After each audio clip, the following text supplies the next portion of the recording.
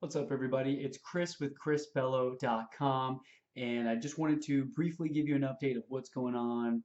I don't know exactly the format of my weekly videos, how I want to do them, because sometimes I do have video interviews with people that I interview on my podcast, but sometimes we just do audio, so that I don't have any video to put on the YouTube video.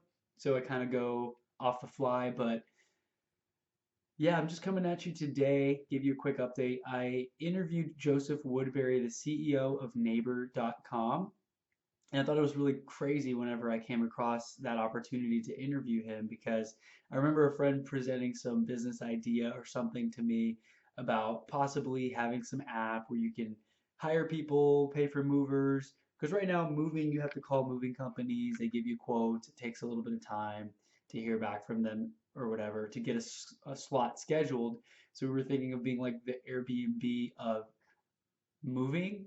And he actually, this friend of mine had sent me neighbor.com and said, look, it could be like this, but instead of providing storage services like Neighbor does, you can provide moving services. And this was back before I got really focused on the one thing like Gary Keller talks about, which for me right now is real estate. So I was open to any opportunities, any ideas, and I was scattered all over the place. I have a patent on an invention. I got a prototype here on the desk. All kinds of things that I've been working on that were distracting me and preventing me from being successful in any one area. So that idea, of course, I did not end up pursuing because I've gotten laser focused on real estate. I've got a whiteboard over here that only has real estate deals on it primarily. I do track a few other things like meditation, workouts, how often I fast, um, income goals, and things like that. But it's the primary focus for me is real estate right now. So in any case, in this interview, I got to interview Neighbor.com, Joseph Woodbury, and we talked about how they started their company, a similar startup story to many others where they had jobs lined up at good companies and they had full offers that they were about to start, but because they had seen traction in their company, they decided, hey, we're gonna have to turn these offers down and just go full in on our dreams. And they were kind of accidental entrepreneurs. None of them had that entrepreneurial desire or mindset. It's something that they fell into when they had acted upon an opportunity that they saw in the marketplace. And basically, what they do is they provide an Airbnb of storage. Say I have an extra space. This office that I'm sitting in right now used to be just a storage space in my house. I didn't really have a dedicated office space to work from. Before this office space was like a dedicated office space in my house, for example, I was just using it for storage. And at one point in time, one of my friends who I used to work with in oil and gas was going overseas for a 6-month work assignment and needed a place to put and store all of his things.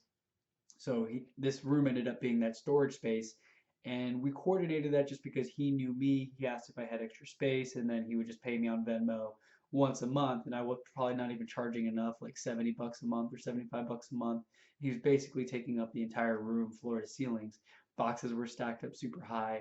I didn't realize it was going to be that much until he showed up with all this stuff. But in any case, it would have been really nice to hear about something like Neighbor before, where I could just use an app, find somebody who wants to store something, find out what the market rates are, possibly charge a little more, and then you can go from there and coordinate with the other person on the other side who's looking to store stuff in the space that you have at your house. So we talked about how they grew that company. They raised some VC funding.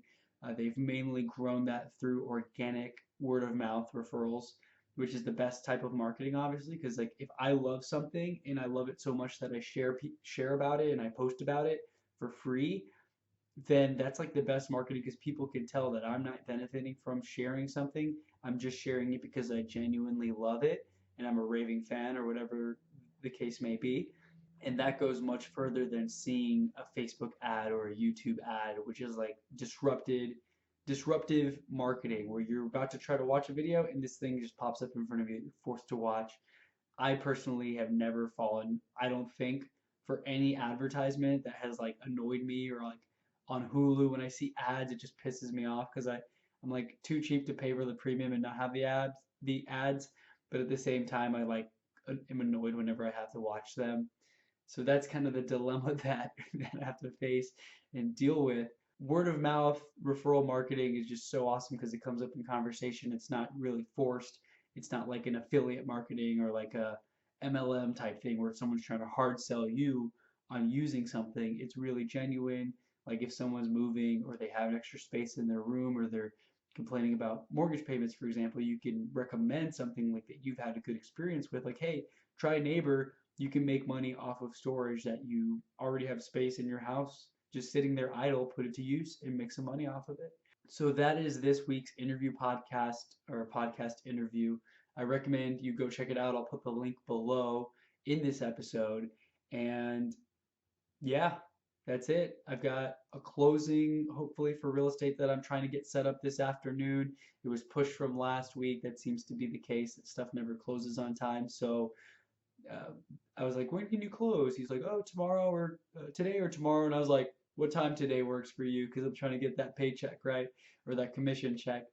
So I hope you are all doing well. I'm still trying to find my way and find my voice on this channel and see like what is it that I want to talk about. Do I want to make it more like vloggy where you can see some of my life and like take my camera around?